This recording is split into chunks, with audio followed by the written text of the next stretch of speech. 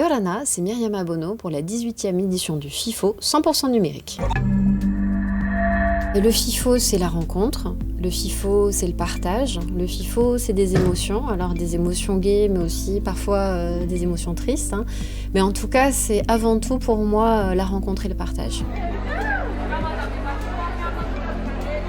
Dans mon top 3, il y a sans hésiter, le premier, c'est Terino Enho, donc un film de 2009, il me semble, qui évoquait la montée des eaux Kiribati et qui, alors déjà me touchait à cause de sa portée environnementale, mais c'est aussi parce que pour moi c'est un film extrêmement polynésien, extrêmement fort, où on voit donc un peuple de pêcheurs qui vivent sur une île et qui ont ce rapport déjà communautaire et puis aussi ce rapport à l'environnement extrêmement présent et qui doivent quitter leur mode de vie. Et donc pour moi c'est à la fois l'émotion mais aussi la menace du fait d'être un îlien, et c'est vraiment un film très FIFO et très marquant pour moi.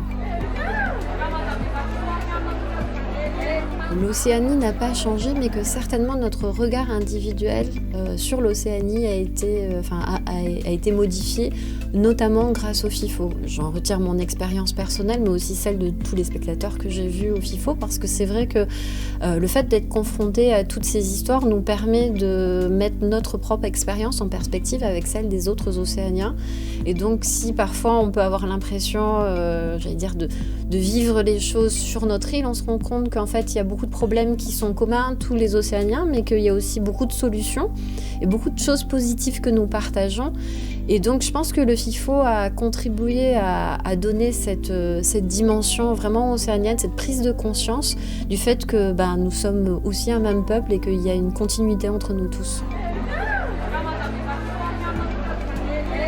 L'audiovisuel polynésien s'est développé énormément.